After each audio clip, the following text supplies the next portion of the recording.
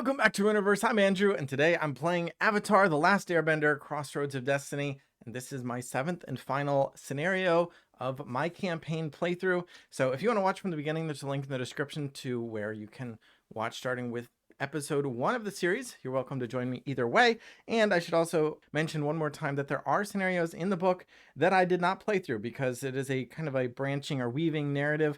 So there you don't play every scenario in every playthrough. So if you have watched my whole series, there are still some more scenarios left for you to experience on your own and that I haven't even looked at yet. So if you have played them, then you know more than I do. But we are here at the climax of the Sozin's Comet scenario. It's ranked 5 difficulty, and we've got all 4 heroes here facing off against Fire Lord Ozai. Now, I've been playing 2 characters per scenario as a 2-player game, but kind of switching around the characters. I think throughout the series, I've actually played one of each different pairing of the characters, which is pretty cool that just worked mathematically out that way.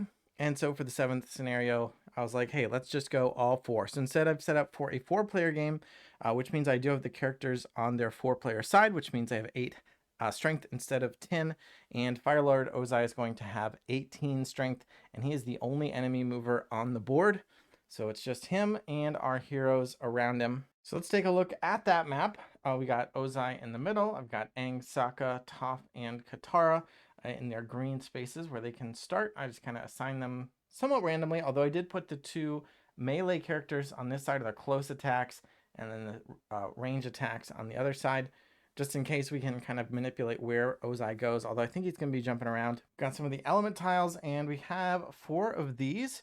These are embers. They are considered enemies. So you could have some of the same rules questions as I did with the tank and the turrets previously. But basically, I'm going to be able to attack and damage them as well as move them around with Katara, presumably. And they have different things on the other side. I'm not going to look at them right now, and we'll see in the special rules some of the other things that could be on the other side of those that are hidden. I did put them out randomly, so I don't know what is on each one individually. So we'll take a look over here. It says, Sozin's Comet has arrived. Aang confronts Fire Lord Ozai, newly crowned the Phoenix King, atop the rocky spires that span the Earth Kingdom coast. The Avatar must overcome his blocked chakra and Ozai's comet-enhanced firebending to prevail.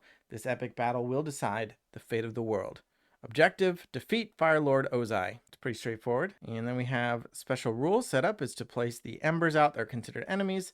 I have to play an enemy card after each hero's turn. Normally, all heroes get a turn before we flip an enemy card. Not so here against Ozai. And Ozai has 1 damage prevented to him for each ember that is up. But for each ember showing an enemy symbol, so if it's been flipped over, which we'll see in a second, he does those actions as well. So if I want to be able to do more damage to him more consistently, he's going to be able to attack more. If it says +1 damage, those attacks will also do +1 damage. And then there, that interact symbol, you can see heroes can interact with Ember tokens or damage them any amount to flip them over. And then the special actions, the special icons for these tokens here, we've got the top one there is Phoenix King. Flip over an Ember token that is currently Ember side up, and Fire Lord Ozai swaps spaces with the furthest fire tile that is not under a hero. I find that really interesting that they say not under a hero, because if I'm treating them as enemies, then I shouldn't be able to share a space with them, which implies that I can share spaces with them. So I'm going to treat them as enemies for all purposes, except for that apparently I can share spaces with them. And also, I assume they wouldn't block line of sight either in that case. So that'll just be how I'm playing it. I didn't read back through the rules in case there's a clarification, because I assume there's not. So that's what I'm going to be doing. And then Sozin's comment says, move each hero 3 spaces away from Fire Lord Ozai, and each hero adds a wound to the top of their deck. So basically, huge blast that throws our heroes away. So speaking of these 6 tokens here, if you've been watching the series, you know that I like to, or at least for the past few scenarios, leave them face up and roll a die to resolve them rather than have them face down and shuffled in some way. So I'll be doing that again after each hero turn this time. And same thing for the hero tiles. Each character has a White Lotus tile, but rather than flip them over and shuffle them around, I'm going to roll a die for each character. And since we may as well get started, I'll be rolling a d12. So d12 conveniently divides by 4, 3, and 2. So if I have 4 heroes like I do now, Aang will be 1 through 4, Katara 5 through 8, and so on. If one of the characters has acted and I'm rolling for the 3 remaining, it'll be 1 through 4, 5 through 8, 9 through 12. Or if 2 have acted, it'll be 1 through 6 and 7 through 12. Again, just left to right. So I'm not going to explain that each time. I'll just roll, and let's see who's going first. A 9 is going to be Sokka. I have their decks off screen. Normally I had them on screen, but since I've got all 4 hero dashboards taking up the space here, their decks are off screen. Here's Sokka's starting hand, and let's see what he can do. I got 4 starting cards. I'm not sure, so I feel like I have to flip some of those embers over, unless the character can just do a ton of damage. Because the first 4 damage per turn is prevented right now. There are also a lot of blocked spaces in red here, so that's going to make things a bit annoying. This is not a particularly good hand, but I think he's just going to have to start by putting out an Ember. So I'm going to play Appa. Appa says that Sokka and another hero each move 1.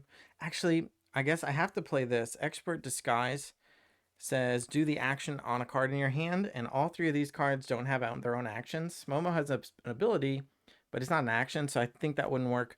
So I'm going to use Expert Disguise as Appa. So Expert Disguise will disguise Sokka as Appa, and I get to move Sokka and eat another hero. So I'm going to move Sokka here, and I'll move Toph right into Ozai's space, or next to, close to him. And this is a plan card, which means I'm going to put it onto Sokka's dashboard, and next time he starts a turn, he will get to replay all the plans that he had set aside. With his strategist ability. So if you're just joining me here or need a refresher on Sokka, that ability at the bottom. Strategist says after playing plan cards, set them above this mat at the start of Sokka's next turn, do them again and discard them. So did the Expert Disguise effect and put it here. And I believe Expert Disguise is a newly added card for his deck. So if you watched the previous episode, I was supposed to get new cards for all the heroes at the end of the toward the end of the video, which I forgot to do on camera, but I did do it afterwards. So the heroes do all have an added extra card. So if you see something you haven't seen before and you've been watching astutely, it may be a new reward card. So then I'll actually play Appa, and I think I want to move Sokka to here so that he's next to an Ember. I'll use the other move to move Aang to here. He's now in line with Ozai, so he could do a range attack, or he's just like a little bit closer to getting in range of another Ember to try to take that out. This will be discarded as normal. Then I'll use Momo. When discarded to do basic actions, he counts as 2. So I can either spend Momo as 2 cards to do a close attack, or spend Momo as 2 cards to do a interact. Either one will flip this tile. So let's flip this Ember and see what is on the other side. All right, so this is a +1 damage, so it doesn't give Ozai extra attacks, but it will add damage to all the attacks that he does make. So that's Momo finished, and I've got 2 basic cards. I think I'm just going to use them to move. 1 to here is easy. The question is, do I want to try to move him into range of Ozai or send him down toward this token? I think I'll just move him in toward Ozai. Yeah, maybe to here. So it'll be at least 3 other characters' turns before he gets to go again, and it could be as many as 6 because of the random turn order. So I don't know where Sokka will need to be in 3 to 6 turns from now. That concludes his turn. So I'll flip over his White Lotus tile, draw a new hand of 5 cards for him that he'll use on his next turn. And normally, we'd wait till the end of the round, where after all 4 heroes have gone, or all the heroes currently in the game have gone, in this case 4. But instead, we have to flip over an enemy card after every hero's turn. So I'll grab one of these and see what Ozai is up to. Now, his icon is the crown, the fire crown. So currently, the soldier symbol and the bender symbol are skipped, and the flag will be skipped for this entire scenario. But if any of these token embers gets flipped over that has one of those icons, then they would activate. But for now, we're just going to do the bottom attack, which is to move 3 and burst attack 2. But Ozai's already next to a hero, which is Toph. And so he doesn't need to move, so he'll just do a burst attack 3. Sorry, burst attack 2, but +1 because of this Ember that Sokka just flipped. So Toph actually takes 3 damage and goes from 8 down to 5. All right, well, that was a big hit, but not the end of the world. So again, because we're on the 4-player side, we only have 8 health, and getting down to 4 means taking a wound, which I've avoided doing all campaign long, although I'm sure this will be the time when we take some, because at the very least, the Sozin's Comet is going to give everybody a wound. Can't really avoid that one unless I beat him in 5 turns and get lucky enough for none of these to flip. Although I guess I actually should have flipped it first. So I'm going to go ahead and do it now. Again, I'll be rolling a d12, 1 through 6, and then 7 through 12 will double up. An 8 is one of the blanks, so just flip that over. Oh, and now I need to choose who is going next. So a 3 is going to be Aang. Aang's ability is to, as a basic action, he can discard a card to place an air tile anywhere. So we'll see if that comes up. Currently there are air tiles here and here, just based on the setup, because that's printed onto the board. And there's a third air tile off to the side. There's also a third earth and a third water. But there are already 3 fire on the board that Ozai can use to mess with our heroes. All right, I think I'm just going to have Aang attack. It's going to ignore the first 3 damage to Ozai. So we have to do a lot of damage, but I'll give it a shot. So first I will play Earthbending. Place an earth tile anywhere. Oh no, first I'm going to use the air nomad ability I just named. So I'm going to discard a card to place an air tile anywhere. I'm going to discard Free Spirit to place an air tile, and I'm going to put it right here between Sokka and Ozai, but diagonally close to Toph as well. And Free Spirit says after it's discarded for any reason, Aang does 2 free basic actions. And as we established, he's in a straight horizontal line, or diagonal is also allowed, but horizontal in this case to Fire Lord Ozai, so he can use a range attack. His basic action is a range attack. So he can shoot Fire Lord Ozai for 1 damage, and he can do that twice because he gets to use 2 free basic actions. So Fire Lord Ozai would take 2, but he's preventing the first 3 damage to him this turn. So that finishes the Free Spirit. Then I'll go ahead and do Earthbending, and I will place an earth tile anywhere. I'm going to put it right in that same spot on top of the earth tile, because it says then tiles on that space each close attack 1. So the earth tile that I just placed will do a close attack 1, and so will the air tile that I placed a moment ago. So they both do a damage. So that brings our total damage for the turn up to 4. Only 3 of it's prevented because this one got flipped over. So Ozai actually takes 1 damage. Hopefully that is going to be worth it. Oh, you know what? I might cheat a little bit. I wanted to put those tiles next to Toph. No, it doesn't matter. So I'm going to play Momo to move. So when discarded for basic actions, it counts as 2. So instead of moving Aang 2, I'll move Aang, or instead of moving 1, I'll move Aang 2 spaces right up next to Ozai, because I want to play Staff Twirl. It says if Aang is close to an air tile, close attack 2. He is close to that air tile that we just placed, and so he gets to do a close attack for 2 damage. That's 2 more damage to Ozai, bringing him down to 15. Got 1 more card in my hand, which is a basic, so I think I'm just going to spend it to move back 1 space, since Aang is normally a ranged character. And that will end Aang's turn. So I'll draw 5 more cards for him, and this time I'll flip a token first. In this case, I'll do 1 through 5 and 6 through 10, reroll 11 or 12, and 8 is actually this one here, which says each hero gets to draw a card. So Aang gets a 6th card, Sokka gets a 6th card, and Katara and Toph, who haven't even taken their turns yet this round, will be able to do so with 6 cards. So that was nice. Nice little boon. And I don't want to forget, although I haven't been great about not forgetting so far, but not forget, I have the Blue Spirit. These are ally cards I collected over the course of the campaign. I can use each of them once per scenario, so once during this scenario, and I've got 2 of them. Blue Spirit would have basic action attacks do +1 damage, and fire tiles do -1. Man, Aang just made, well, I think it was just 2 basic attacks, or wasn't it? Because 2 of them were close attacks dealt by the tiles, and 1 of them was a close attack 2 from an ability. So wouldn't have benefited too much from the Blue Spirit. It would have been 2 extra damage though. And Katara and Toph still get to take their turns. And they just got, well, I didn't know they got extra cards yet. I'm more tempted now that I know they have a 6th card. So I'm not going to cheat and go back, because I already saw what tile I was going to get. But if I do invoke the Blue Spirit, he will also make fire tiles do 1 less damage. Normally, if a character goes into a fire space or fire goes into a hero space, it'll do a damage to them. But Blue Spirit turns that off, and then Uncle Iroh would let a hero take an entire extra turn without flipping a challenge token. And I assume that would mean also without flipping an enemy card, just because of the timing. I assume the tokens come to happen before the card, and so if we're repeating the turn, the time loop starts before you hit the token, then it will also take place before you hit the card. Anyway, another rules ambiguity there, but that's how I'll do it when I decide to give somebody an extra turn. For now, let's see what Ozai wants to do. And same thing, we still just have the 1 icon. This time it's at the top. It says move the highest strength hero 4 toward this enemy. So Katara and Sokka are both the highest strength. Well, so is Aang. Oh, they're all equidistant except for Toph. And unfortunately, this is going to be a burst attack, and it's going to be for 3 because we still have +1 damage. And Toph is still right next to him, so she's going to be in that burst. But it's just Toph and one other person. And I'm going to choose Sokka because that'll put him into close range. So he has to move toward Ozai. And then the burst attack 2 is going to be 3, which means Sokka takes 3, goes down to 5, and Toph takes 3. But I'm going to have her only take 2 down to 3 because we got Earth Rumble Champion. When a hero would take damage, Toph may remove any Earth tiles, and for each removed, prevent 1 damage. And she is next to that Earth that Aang just put there. So I'm going to removing that to reduce 1 damage to her. But she did cross that red 4.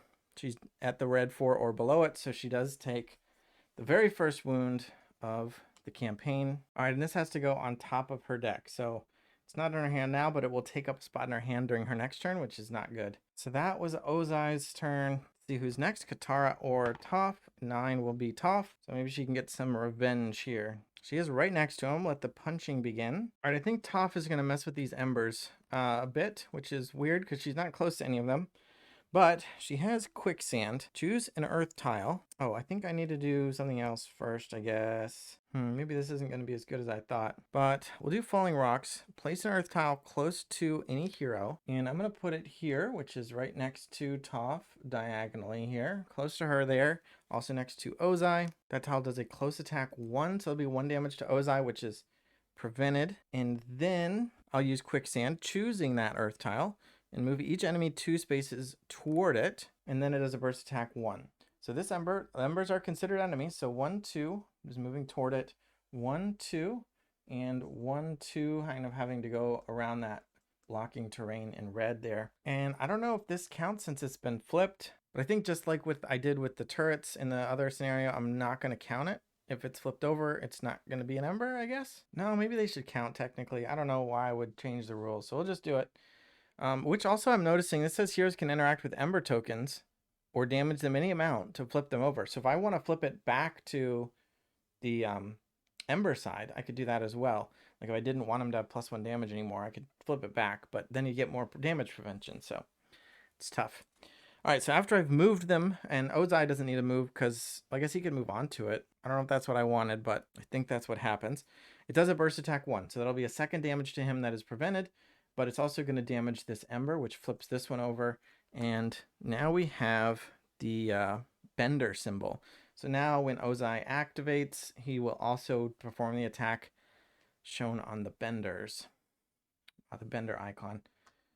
So that is there, and that is quicksand. Now I've got 3 blanks, 3 basic cards for Toph, which if this is your first video for this, I should have mentioned it. Every character started with a bunch of blanks that don't have any text in them. They're just used to be discarded in order to activate the other basic abilities. So not a lot of options for how to use that. I mean, technically you can move, do an attack, or interact with it, but they're not exciting. And then metal bending says I could place an earth tile close to each fire tile, but I can only have 3 earth tiles out on the board at a time, and I already have 3. I wouldn't mind moving this one, which that would allow me to do. But I'm happy with the one under Ozai because it can prevent damage to Katara or Toph, and this one's next to Katara. So again, this one being like here or here would be great, but I'm not going to spend the whole card on it because I'm going to spend 2 cards to do a close attack. Toph is still close to Ozai, so she can just do her basic attack, which is close, to do 1 damage to him. And now 2 damage has been prevented this turn, and only 2 embers are ember side up. So I'm going to say he takes this 3rd damage, and then this 4th damage as I discard the other 2 basic cards. And I mean, that would be 2 more damage if I use the blue spirit. I wonder how much Katara can do. Maybe I should look at her hand. All right, what the heck? I'm going to use it. I'm going to use the blue spirit. Hopefully it'll let us prevent some damage during the enemy phase. Also now, since Ozai will be able to use firebender abilities, often those have to do with moving fire around. So let's avoid that. All our basic action attacks do +1 damage. Fire tiles do 1 less damage for the rest of this round. And that means Toph's 2 basic attacks did 2 more damage. So that's going to put him down to 11. But that means it's Toph's turn again. We'll do 3, 6, 9, 12 for the token. And 8 is going to be this one, which is Sozin's Comet. Ooh, that was not what I planned for. Heroes each move 3 away from Ozai and get a wound. I think this is after Toph's turn would end. So I should have drawn her cards first. So her next card was a wound, but she won't have 2 wounds. She's going to get another one now, though. So wounds for everybody. 1 for Toph. 1 for Sokka, 1 for Katara, and 1 for Aang. They all get shot 3 back. 2, 3. I guess 1, 2, 3. 1, 2, 3. Avoiding that fire. Actually, the fire doesn't do any damage this round, thanks to the blue spirit. And 1, 2, 3. He made a nice bit of space for himself, unfortunately. And he also gets to take a turn. We'll see what direction he goes. This is definitely going to mess up Katara's turns, her plans. So first, he's going to do this symbol because of this revealed Ember symbol. Move 1 away from the closest hero. And once this round, Fire Tiles move 2 and burst attack 1. All right, well, there's 3 heroes equally close to Ozai, so I don't know which direction he wants to go necessarily. I'll say he moves to here. This will move toward Katara and burst attack 1, but it doesn't do any damage thanks to the blue spirit. And this will move over to toward Aang. This one's already under Toph and won't do any damage. Then at the bottom, move 3, and the closest hero discards a card and burst attack 2. He is closest now to Katara, so 1, 2, 3 to her, and she has to discard a card. And she actually didn't draw any basics. I'm going to discard Appa, I guess, and 2 damage as well. So she goes from 8 down to 6.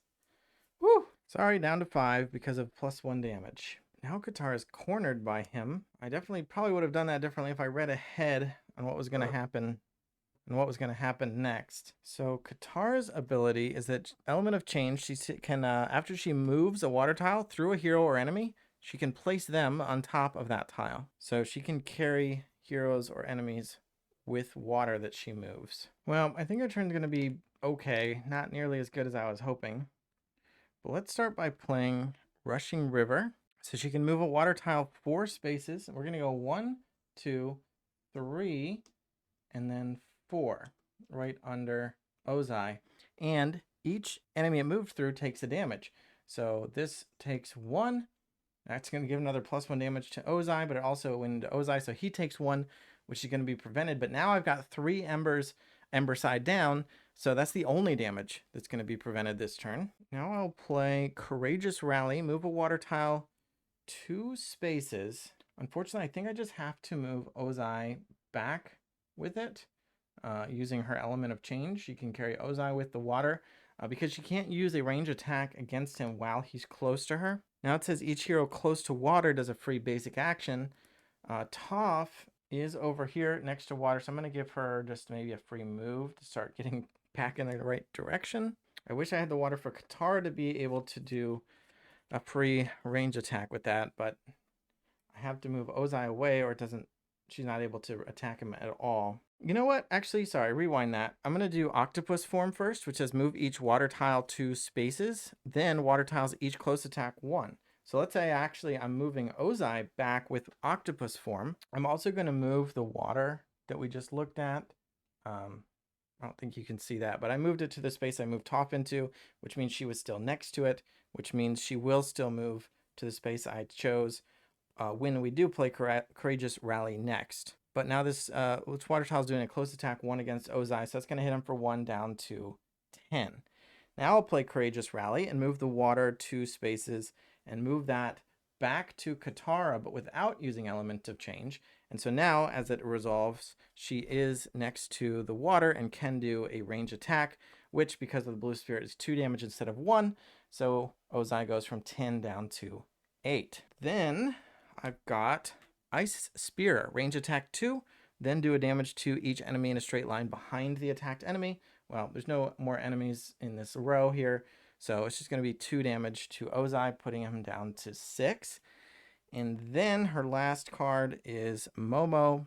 When discarded for basic actions, it counts as 2, so we're going to do 1 Momo for 2 cards, which is 1 more range attack, which is +1 damage, putting Ozai from 6 down to 4. Now that was all of Katara's cards. And so now I'm wondering, can I use, or should I use, Uncle Iroh now? I know she's got a wound on top of her deck, so she'll basically be working with only 4 cards, because you cannot spend a wound for attacks or anything. Unless a card effect says discard a card for some reason, then you can do that. But you can't just discard it as part of making a range attack, for example, or moving. But with Blue Spirit, maybe she could do 4 damage. That would avoid another token flip, which could potentially be the Phoenix King ability. Although the Phoenix King ability isn't that scary. It would flip over an Ember token that is currently Ember up. Actually, that's only 1. So, and then he swaps places with the furthest fire tile that is not under a hero. So he would jump over to here, or there actually. He would teleport over to Toph. But I can avoid an entire attack if I can take him out this turn, and everybody's got wounds on top of their deck. So it may as well be Katara who takes a shot at it. So I'm going to go ahead and use Uncle Iroh here. We're going to give Katara another turn before flipping one of these tiles and before letting Ozai making an attack. Blue Spirit is still in effect because it's still the same round. So +1 damage to basic attacks and plus or -1 from fire. Draw 5, although we know we got a wound there. Yeah, and this is her healing half of her deck. No, but really she just has to spend two cards to make a range attack. That's 2 damage. 2 more cards to make a range attack. That's 2 more damage for a total of 4. So we don't have to do anything fancy, just 2 range attacks will do it. All right, so I'm going to play Healing Surge, move a water tile 2 spaces, and a hero it moved through heals 2. And let's move Toph 2 spaces just a little bit closer. She gets to heal 2, so she goes from 3 up to 5. So she's above the red 4. Actually, if she were to drop down to the 4 again or lower, she wouldn't take another wound. That only happens once per scenario, I believe, per hero. Although the Sozin's Comet ability could theoretically happen more than once. But we're not going to let that happen because we're just doing this for fun, show off a little bit. I'm going to play Water Whip. This is a range attack with just 1 card. Place a water tile close to Katara and then do a range attack 1 and heal any hero 1. So we'll heal herself because she's also at 5. So we'll put her up to 6. Place this water, I guess, just directly underneath her. Doesn't really matter. And do a range attack straight at Ozai here. And so he takes 2 damage instead of 1 because of the Blue Spirit, putting him down to 2. The wound card is going to do nothing. So we'll discard at the end of the turn, but we're not going to get that far because we're going to discard these 2 cards to do a range attack. Stream the water would be nice, but we're going to do a range attack for 2 more damage thanks to Blue Spirit again. So I guess that did work out. Ozai's strength goes from 2 down to 0, and we can read after the battle. If Team Avatar defeats Fire Lord Ozai, you have won, and your journey is complete. If you lose, you may retry this challenge any number of times. Each time you retry, remove any wound cards added to your deck during the challenge, but keep any from previous challenges. So that's good because if you had to keep all the wounds you got during this challenge, it would be basically impossible. And every time you tried, it would just get much, much worse. So we defeated Ozai, knock him over, and that's victory. No special challenges at the end. Our Team Avatar experience ended at 20 and Fire Nation Dominance ended at 3, although I'm going to say it's 0 now. Let's just drop that down to 0. I won't take the ally card because campaign's over. So Katara definitely stole the show there. Sokka never had a chance to put his plan into motion, but it's a pretty challenging scenario. He throws out a lot of damage, and the more you want to be able to do damage to him, the more he's going to be able to hit you back. Uncle Iroh is definitely very powerful. We would have taken another attack with +2 damage. And yeah, I flipped him all over now, didn't I? So +2 damage, and all 3 attacks would happen. Move 3 toward the highest strength, close attack 2. Although we were kind of spread out enough now that the highest strength being Aang, he probably wouldn't have gotten to him. Then move away from the closest hero and activate the fire. Although we still had Blue Spirit in effect, so that wouldn't have done anything. And then a move 3 burst attack 2, that would have done 3 damage to somebody. So anyway, I guess we would have survived into the next round. Let me know what you think if you tried it out. If it looked fun. I'd say personally I like it. It's definitely a family weight game, but I really like the card play. I like being able to combo cards. I mean, especially probably Katara is my favorite. Being able to move people around where you want them to go and throw water around and do a bunch of damage or healing. So I was really happy with that. I think the allies I got were quite strong, especially Uncle Iroh. Blue spirits seem really useful. I haven't looked at all of them that closely, but some of the ones I got to choose between didn't seem as exciting. The difficulty overall, I would say, is pretty easy, even this scenario where, I mean, it could have gotten out of hand quickly. This feels like the kind of thing where if you don't deal with him very fast, it could get very out of hand. So that is definitely something to think about. I don't remember if you lose when any one hero is defeated. If that's the case, that makes a 4-player game of this much harder, because with only 8 health, if you get hit just 3 times, you could be out, depending on how many embers were flipped over. Oh, and we actually did not have the soldier symbol, so sorry about that. He would not have moved toward Aang. But anyway, this one seems definitely the most challenging. I mean, it is rated at 5, and they let you try again as much as you want. But yeah, it just seems like it could spiral out of control easily in terms of the damage output. It'd be interesting if he did not attack after every round. I mean, obviously that'd be much easier, but then you could do something like maybe your first couple heroes try to flip the embers down, and then the next couple heroes go around and turn them back up. And then somewhere in the middle, you're doing damage to Ozai without damage prevention. And then by the time he gets to activate, he doesn't have any bonus attacks or bonus damage. And I guess if you want to make this game more difficult overall, the way you could pretty easily do that is by actually just draw an enemy card after every hero turn instead of after the end of each round. That would probably mess up with the 2, 3, or 4-player game. So be careful with that, I suppose. That would definitely mess with some of the balance there. But I love the theme. Standees are pretty cool. I love the card play and special abilities, and these element tiles feel really nice. So those are my thoughts. Thanks for watching. Thanks for subscribing, and bye.